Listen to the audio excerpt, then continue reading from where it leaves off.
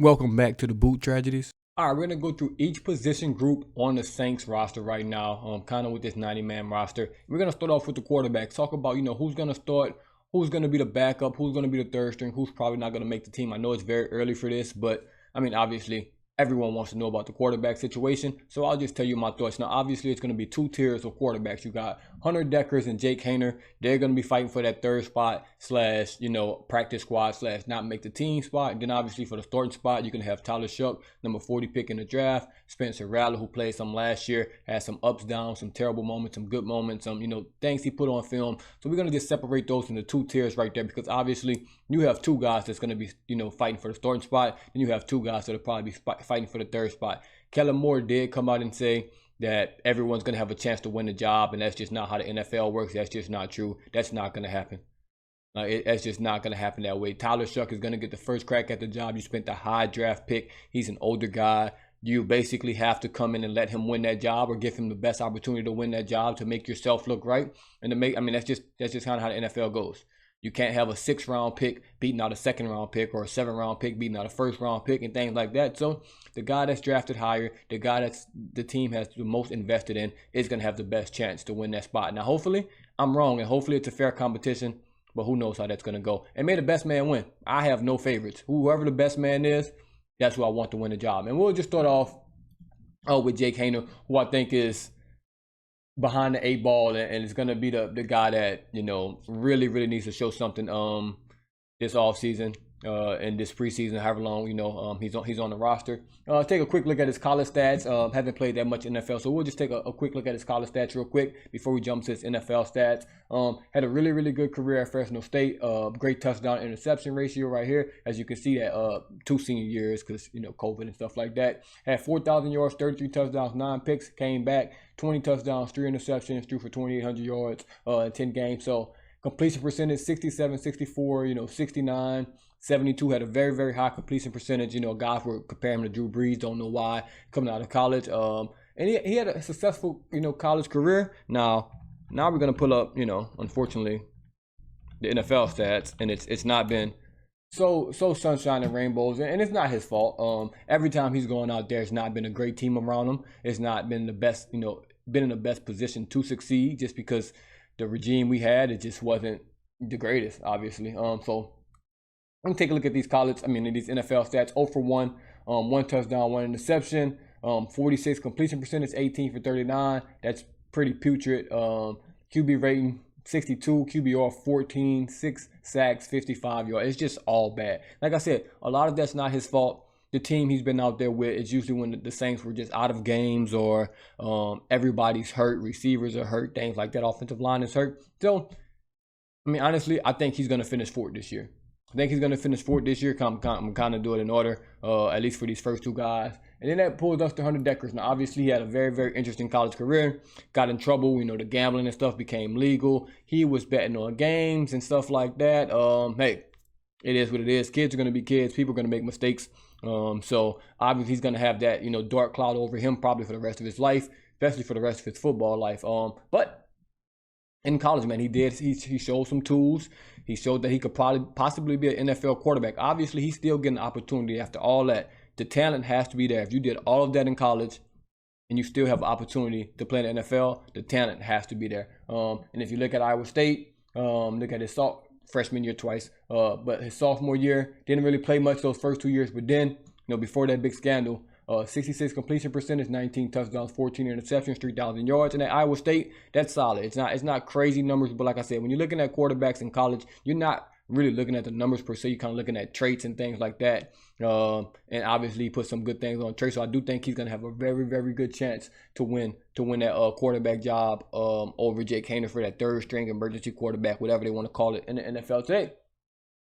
And next up, you're going to get with Tyler Shough and Spencer Rattler. That's going to be your tier 1 quarterbacks, obviously. The 2 guys, in my opinion, that are going to be fighting for that number 1 spot. And you can look at Spencer Rattler, who was a highly touted recruit coming out of high school. At some point was, listed as a 1st-round quarterback. Obviously, that did not happen. But if you just look at, some of his college numbers, 3,000 yards 3 times, 28 touchdowns, 7 interceptions. Obviously, his best year. 2 years at South Carolina were just okay years. And, his draft stock kind of tanked, in these 2 years, but still had okay seasons. Nothing crazy, but 68 completion percentage, that's pretty good. Can run the ball a lot. He definitely showed his mobility better than I expected with the Saints last year. Now let's pull up his NFL stats. It's going to be kind of like Jake Haener. Unfortunately, it's going to be a lot of shit.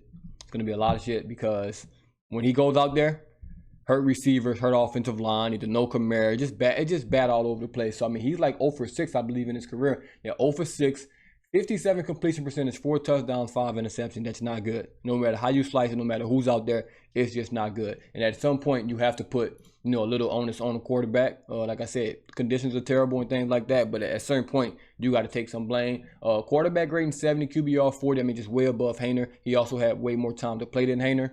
He just looked like the better quarterback than Jake Haener, and that's why he got those opportunities, even though it didn't go well. But yeah, that's his NFL stats. Wonder if we can get his rushing stats. Sure, we got that on here somewhere. Yep. 18 carries, 146 yards, 8.1. I mean, that's really damn good for a quarterback, especially running the ball. I think can't fumble 5 times, though. That comes with experience, pocket awareness, ball security, and things like that. So the rushing was a very, very big plus, especially with that beat up O-line. And it just brings another element to the offense. Just like Tyler Shough can run a little bit. We'll talk about that. But just with Kellen Moore, we came from with Dak a little bit of RPO, but obviously with Philly, they ran a lot of RPOs in that system. I think that kind of fits Spencer Rattler. This offense kind of fits him. It fits Shough as well, and Shough was in a more of a pro style offense in college, so that definitely helps him coming from under center and stuff like that. But Spencer Rattler, I think he can fit very, very well in the RPO type system, and this system will benefit him as well. Having a chance to play with the starters also will benefit him as well. A revamped offensive line will benefit him as well. A kind of new backfield. Everything just points in the right direction. Spencer Rattler, this is his best chance to succeed. Like this jump has to be significant for him if he wants to be a starting quarterback in the NFL. Do I think he has potential and the tools to be a backup? For sure. He can be that in the NFL for sure. But if he wants to be a starter, especially for the Saints or maybe for any other team, because you're trying out for other teams as well, he has to have a good off season, which it seems like he's had, and he has to have a good training camp and preseason to prove to whoever, himself, the Saints, me, you, doesn't matter, that he can win this job and be starting for the Saints. And last but not least, you got Tyler Shough, obviously the number 40 pick in the draft, the guy that I think will win the job, just because, like I said, by default, you can't try to draft a guy at number 40 and have him lose the job. That's just not going to look good, because now you're going to look like you wasted a pick. And what you don't want to do is seem like you wasted a pick. And you can't say it's because you're a rookie. And I'll get to the negative things out the way real quick. You can't say it's because he's a rookie or because, he doesn't have time in the NFL. The guys he's playing or trying to beat out, none of these guys have really played football in the NFL. You drafted this guy because he's older. You drafted this guy because he's been in a lot of different systems and things like that. A lot of different offenses, a pro-style offense. So I don't want to hear, he's a rookie. He's 26. The rookie shit's out the window. It's like when they drafted Brandon Wheaton at 28. I don't want to hear the rookie nonsense. He's older than the guys he's competing against. So I don't want to hear that as an excuse for him. And I'm not saying it will be an excuse for him, but he just has to come in and he has to be more ready than these guys.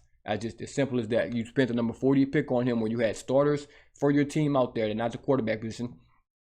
So it has to work out at least, for a year. If it doesn't, it doesn't. But I think for the Saints' sake and Kellen Moore's sake, because obviously you're behind this quarterback, this is basically your first big splash as the coach, was picking Tyler Shough at number 40. And let's see how it goes. Hopefully it does well. But we can look at these college stats. I've been over this, but obviously he played a long time in college with injuries and a COVID year and things like that. It's just giving these guys way too long in college. And obviously his best year was full-time starting was against the Louisville year. 3,100 yards, almost 3,200 yards, 23 touchdowns, 6 interceptions. That's really, really good. Touchdown interception ratio, played in the pro-style offense. Completion percentage, it's never been great.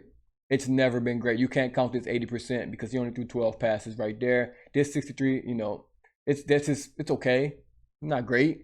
69%. Once again, he only threw 92 passes right there. So you can't really count that. But he was off to a good start. At least, with Texas Tech right here. Then, he threw 106 passes, 59. Can't really count that against him. Not enough passes. That's 177, excuse me. You can't kind of count that against him. That's a pretty good number of passes. So, yeah, a 63 completion percentage, that's not good. That's not good from a quarterback. But, like I said, you're not drafting off stats. You're drafting off traits. And obviously, he put some really, really good traits on film. The thing that scares me the most about this guy is it's always a quarterback every year that gets drafted early. Then now all of a sudden everybody's saying, "Oh, he's gonna be the guy. He's gonna be the guy. He's gonna be the guy." It happened with Josh Rosen. It happened with Mitchell Trubisky. It happened with Kenny Pickett. It's always these random guys, and they always think, "Oh, this guy he can throw, he can do this, he can do that," and then for some reason it doesn't work. Well, it didn't work in college with him, and now these NFL guys think they're experts, think it's gonna work for them, and it doesn't work for them. Maybe the guy just can't play football. Maybe he has all these traits and all. I'm not saying this about Tyler. Get that out of the way. Maybe he has all these traits and all these things, but maybe when he comes to the game, it doesn't work. Maybe he's just a t-shirt and helmet type guy, and he looks great doing that. That doesn't mean you can play football at the next level. Now, hopefully, this is not the case with him, because I saw some things on tape where I'm like, oh damn, he can probably start for the Saints day one. Then I saw some shit on tape was like, oh, how did he even get drafted in the top 2 rounds, top 40 pick? But that's kind of how college goes. Like I said, this one's going to be the biggest boom or bust for the Saints. I can see him being, the starter for the Saints all season and being a rookie of the year candidate. And I can see him being absolutely awful. So I don't really have that decision. I don't really know how it's going to turn out. This one, I'm up in the air on. I do think he's going to win the job, though. Let me know who y'all think is going to win the job, man. I'm going to do every position group in my power. I always say that. I'm definitely going to do multiple position groups, but quarterbacks had to get done first, man. Haven't been out here in a while. But let me know who y'all think is going to be the first string, second string, third string, and the guy is going to be fourth/practice squad. So like I said, day one, I think it's going to be Tyler Shough, Spencer Rattler, Dekkers, Jake Haener. I think by the end of the season, I think Rattler's going to start. Shough's going to be your second guy, Dekkers, and then Haener. I think Haener and Dekkers are kind of flip in and out, practice squad, third guy, emergency guy, things like that. But I do think Rattler's going to get to play this year just because I don't think the Saints roster is the greatest right now. That can change, but it's just not the greatest. So I think both of those guys are going to struggle. I think both of those guys are going to have bright moments, but I think both of those guys are definitely going to get to play this year. So let me know what y'all think in the comments below. As always, this is DaBootTragedies.